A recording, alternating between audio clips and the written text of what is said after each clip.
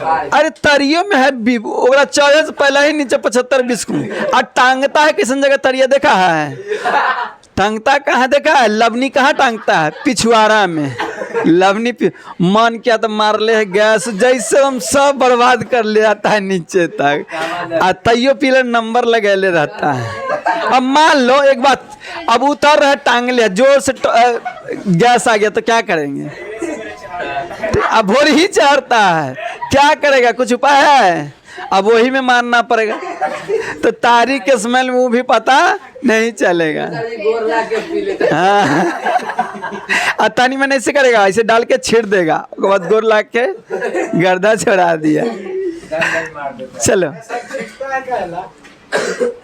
देता है कि भगवान ले लीजिए, अभी तक चख के देख लीजिए कि सही में परफ्यूम मारा था कि नहीं मारा था। आइए, साइकिल किस राजनीतिक दल का चुनाव है? साइकिल किसका है? कहाँ है? बिहार में कहाँ के है? यूपी का है बकलोल, यूपी का है। उत्तर प्रदेश का वो आई साइकिल छाप। साइकिल छाप नेता को पहचानता है? क्या नाम है? कोई क्या नाम है? हाँ अखिलेश यादव, ठीक है। उसी का राजनीतिक दल का नाम है समाजवादी पार्टी और चुनाव चिन्ह क्या है? साइकिल छाप। आपको कहीं पूछ देगा कहीं पूछ देगा समाजवादी पार्टी किस राज्य का है, तो किस राज्य का है? यूपी का क्षेत्रीय पार्टी है, ठीक है। चलो आगे, क्षेत्रीय पार्टी मतलब होता है जो एक राज्य में, जैसे RJD Bhajpa sorry RJD JDU, ये बिहार भर में है, पूरा भारत में नहीं है, तो इसको क्षेत्रीय पार्टी कहते हैं, ठीक है। आइए, संविधान का अनुच्छेद 40 किससे संबंधित है? बुरा, संविधान के जो अनुच्छेद 40 है उसमें क्या है? समानता के अधिकार है, जीवन का अधिकार है, अस्थायी स्वशासन का अधिकार है, या शिक्षा का अधिकार? क्या है? अस्थायी स्वशासन का अधिकार है। अस्थायी स्वशासन का मतलब वहाँ के क्षेत्रीय पार्टी शासन कर सकता है, ठीक है ना, ठीक है ना। वेस्ट इंडीज को पहचानते हैं? यहाँ को एकदम कड़िया कड़िया गठियाल रहेगा, एकदम कड़िया कड़िया रहेगा। कैसा रहेगा? गठियाल, समझे कि नहीं? और वो सब क्रिकेट में खाली छक्के मारेगा। वेस्ट इंडीज के ज़्यादा छक्का मारने वाला होता है। अब मुंह कान के भी शक्ल दिखेगा अच्छा नहीं रहता है। एक बात और बताएं, वेस्ट इंडीज का ज़्यादा लोग शादी वहाँ नहीं करते हैं, शादी ज़्यादा वहाँ के लोग नहीं। आज केकरो साथ है तो बिहान केकरो साथ, परसों केकरो साथ तो चौथा रोज केकरो साथ, समझा कि नहीं? तो लोग शादी जल्दी करता नहीं है।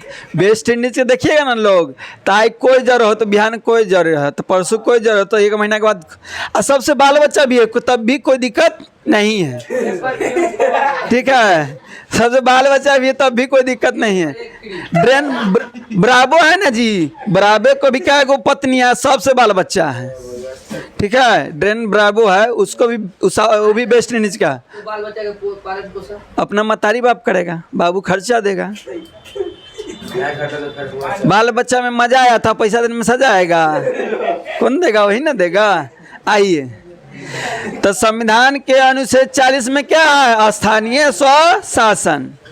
वेस्ट इंडीज में संघ की स्थापना कब की गई थी? बोला वेस्ट इंडीज में संघ की स्थापना, किसकी स्थापना? संघ के। तो कब किया गया?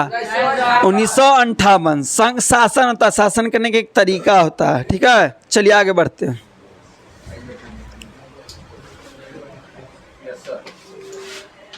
निम्नलिखित में से कौन संघों के एक साथ आने का उदाहरण नहीं है? बोला संघ का एक साथ आने का, यानी संघ सरकार मिल के रहता है, कौन नहीं है? भारत में, संयुक्त राज्य अमेरिका में, स्विट्जरलैंड या ऑस्ट्रेलिया में? कहाँ है? भारत में, ठीक है। बोला निम्नलिखित कौन सा संघ के एक साथ आने का उदाहरण नहीं है? तो भारत में संघ के एक साथ आने का उदाहरण नहीं है। चलिए आगे देखो बउआ, निम्न में से कौन भारतीय बहुराष्ट्रीय कंपनी? देखो बुरा है कि निम्न में कौन भारतीय बहुराष्ट्रीय कंपनी, यानी इंडिया के कंपनी है, पूरा विश्व में व्यापार करता है। बहुराष्ट्रीय कंपनी उसको कहते हैं, सुनो 2 नंबर में आता है कि बहुराष्ट्रीय कंपनी से आप क्या समझते हैं? तो वो ऐसा कंपनी जो एक से अधिक देशों में अपना कंपनी चलाता है, उसको क्या कहेंगे? बहुराष्ट्रीय कंपनी। ऐसे कंपनी जिसका कंपनी एक देश के अलावा दूसरे देश में भी हो, एक से ज़्यादा देश में, उसको बहुराष्ट्रीय कंपनी है। तो बोला है यहाँ कि कौन भारत का कंपनी है जो बहुराष्ट्रीय है, यानी भारत में भी है और दूसरा देश में भी है। नोकिया, सैमसंग, इन्फोसिस या फोर्ड मोटर्स। तो कौन है? इन्फोसिस। क्या है? इन्फोसिस। इन्फोसिस इंडियन कंपनी है। इन्फोसिस कौन कंपनी है? इंडियन कंपनी है, लेकिन भारत के अलावा और दूसरे देश में भी क्या करता है? कंपनी चलाता है। आइए, प्रत्यक्ष विदेशी निवेश का सर्वाधिक लाभ किस क्षेत्र को मिलता है? यदि विदेश से आया कोई हमारा देश में फैक्ट्री खोला, ठीक है, फैक्ट्री खोला, तो कौन क्षेत्र में हमको फ़ायदा होगा? जैसे विदेश के आके कोई हमारा देश में कंपनी खोला और कंपनी चलाने लगा, तो किसको फ़ायदा होगा? कौन सा क्षेत्र को फ़ायदा होगा? कृषि क्षेत्र को, औद्योगिक क्षेत्र को, सेवा क्षेत्र या विनिमय क्षेत्र को? किसको फायदा होगा? विनिमय क्षेत्र को। किसको फायदा होगा? विनिमय क्षेत्र को। सबसे ज़्यादा फायदा किसको होगा? विनिमय क्षेत्र को। आगे, वैश्वीकरण का नकारात्मक प्रभाव निम्नलिखित से किस क्षेत्र पर पड़ा था? वैश्वीकरण हुआ था। वैश्वीकरण का मतलब होता है ना कि पूरा विश्व आपस में मिल के बिजनेस करें, यानी कोई लड़ाई झगड़ा नहीं, बल्कि मिलजुल के सब क्या करें? बिजनेस।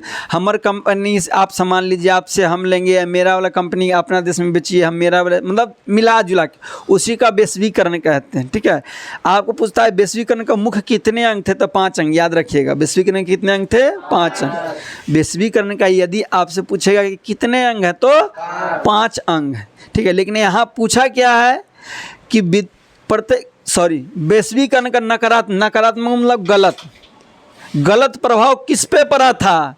कृषि पर, संचार पर, बैंक पर या उद्योग पर? किस पे पड़ा था?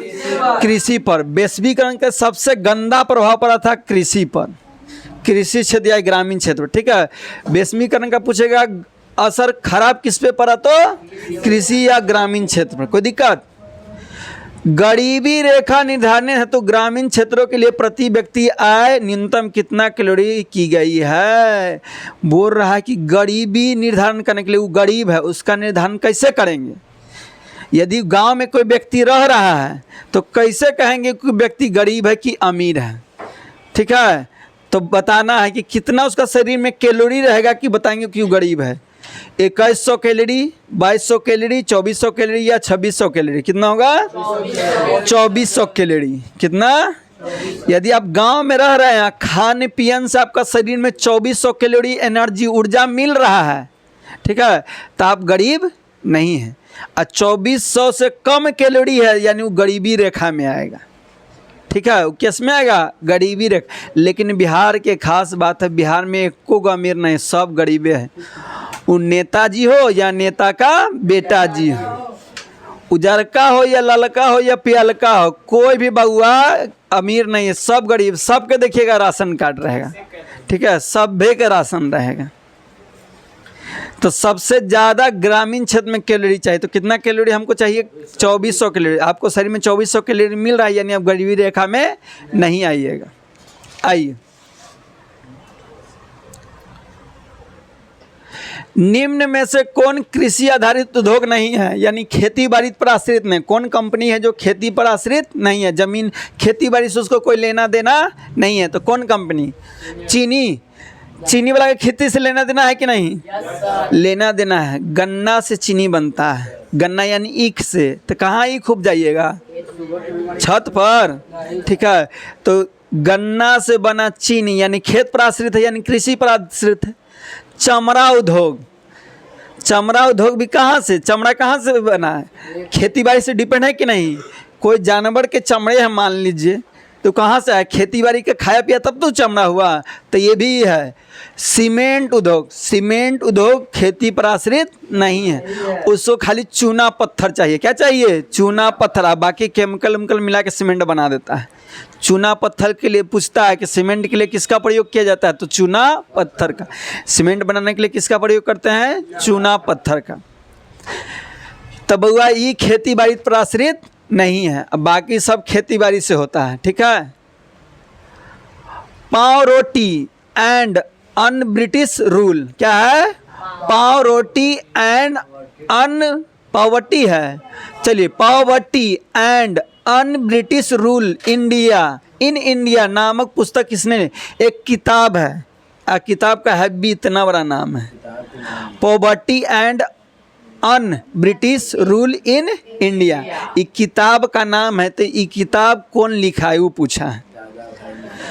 पीसी महालोनोबिस, दादा भाई नौरोजी, प्रोफेसर मार्शल या प्रोफेसर किंग्स, कौन क्या, दादा भाई नौरोजी किताब लिखे, किताब का नाम है। आपको पूछेगा भारत में पहली बार राष्ट्रीय की गणना कौन करवाया था, यही दादा भाई नौरोजी। ये पूछता है बार बार कि भारत में राष्ट्रीय आय की सर्वप्रथम सबसे पहले गणना कौन करवाया था, तो दादा भाई नौरोजी, याद रखिएगा, ठीक है। और उन्हीं का ये वाला किताब है।